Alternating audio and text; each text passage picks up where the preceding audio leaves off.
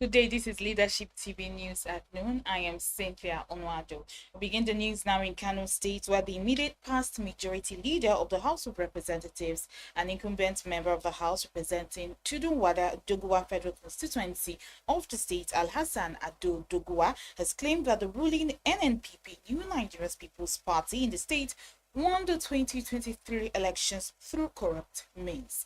Leadership reports that NNPP won majority votes in the February 25th, 2023 presidential election and majority seats in the National Assembly elections same day. Subsequently, the party was declared winner of the March 18 governorship election by the Independent National Electoral Commission, INEC, and majority seats in the Kano State House of Assembly. However, the State Election Petitions Tribunal turned the electoral victory of Governor Abba Kabir Yusuf of the NNPP in September and instead declared the candidate of the All Progressives Congress APC Nasir Yusuf Gawuna as the rightful winner of the March 18 election. Dissatisfied with the verdict, Governor Yusuf and NNPP approached the appeal court, which also affirmed the judgment of the tribunal in favour of Gawuna and APC, a development that has put Kano State on the edge in the last few days. Reacting to the development on Channels TV's breakfast show Sunrise Daily on Wednesday morning, monitored by our correspondent, Doguwa, chieftain of the APC, said the courts only exposed NNPP's corruption at the 2023 elections. He said the party was declared winner of most of the polls because they were able to have access to the ballot papers illegally. Doguwa, however, did not back up his claim by elaborating on how NNPP illegally got access to the ballot papers during the elections. We're still on Kano State. Coalition of Southwest groups have expressed deep concern about the recent controversial appeal court ruling in the Kano State governorship election, which it said has raised serious questions about the integrity of Nigeria's justice system. Addressing a press conference in Abuja on a Tuesday, Comrade Razak Olukayode, on behalf of the coalition, cautioned against compromising the nation's judiciary and emphasized the importance of maintaining its independence, transparency, and integrity. He said in the case of the Kano governorship election, the ruling of the Court of Appeal has raised doubts about the fairness of the nation's judiciary and the legitimacy of the electoral process, adding that this ruling severely jeopardizes the expected role of the judiciary as the cornerstone of democracy and justice in any nation. Moving now, the Supreme Court on Wednesday ruled that the old and new Naira notes will coexist as legal tender until further notice. Recall that in March 2023, the Apex Court had extended the deadline to phase out old Naira notes to December 31st, 2023. Also, on November 21st, the federal government had filed an application before the Supreme Court, seeking an extension for old Naira notes to remain in circulation. Leadership reports that the Central Bank of Nigeria, CBN, had also recently said old and new Naira currencies remained legal tender indefinitely.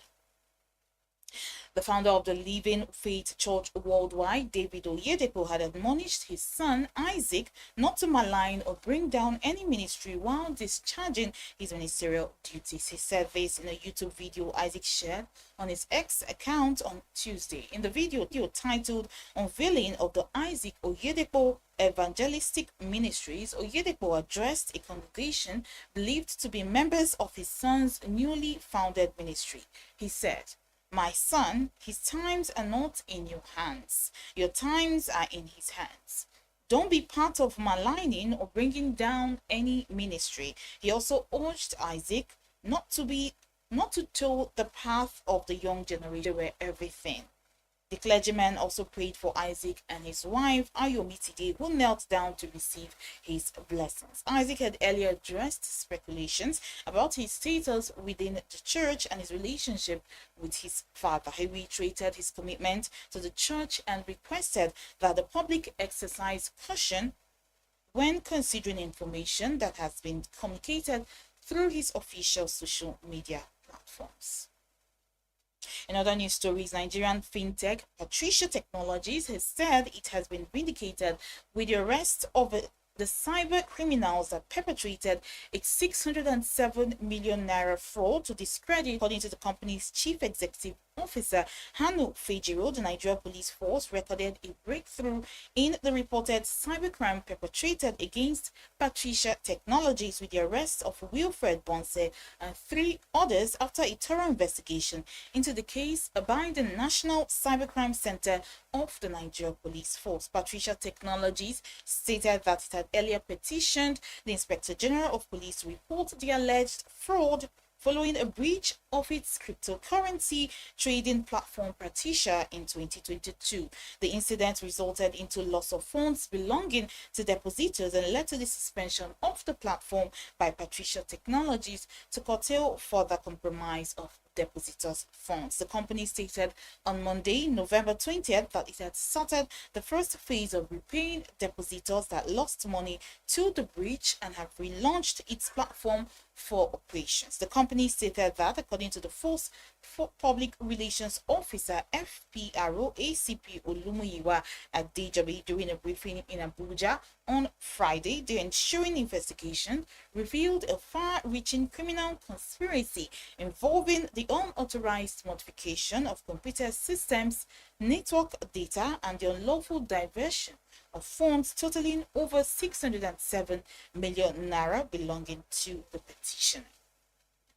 Finally, on the news now, Malian music record label owner Aziz Fashola, also known as Naira Marley, and popular show promoter Balogun Eletu, known as Sam Larry, have made their first public appearance following the release from custody. Sam Larry shared a video of himself, Mali, and Zino all together in Lekki. The duo were in October arraigned and remanded over their alleged involvement in circumstances that led to the death of a musician, Ilerioluwa Aloba, popularly known as Moba. They were, however, released on November 17th by the Lagos State Police Command after they met their bail conditions. On that note, we end the news here on Leadership TV. For more news stories, you can check out our website, www.leadership.ng. Many thanks for watching.